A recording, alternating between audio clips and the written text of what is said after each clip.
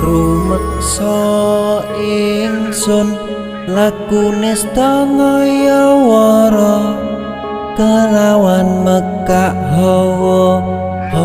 kang dur angkara senajan setan gentayangan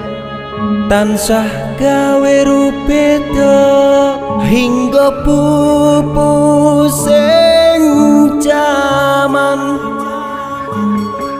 hametek ingsun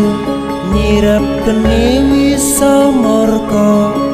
maperhardaning panca saben ules sing netra linambaran sih kawelasan ingkang paring kamulyan Sang Hyang Jati Pangeran jiwangku kalbu samudra pepungtoning laku tumuju dhateng Gusti zat kang amurba dumati manungsa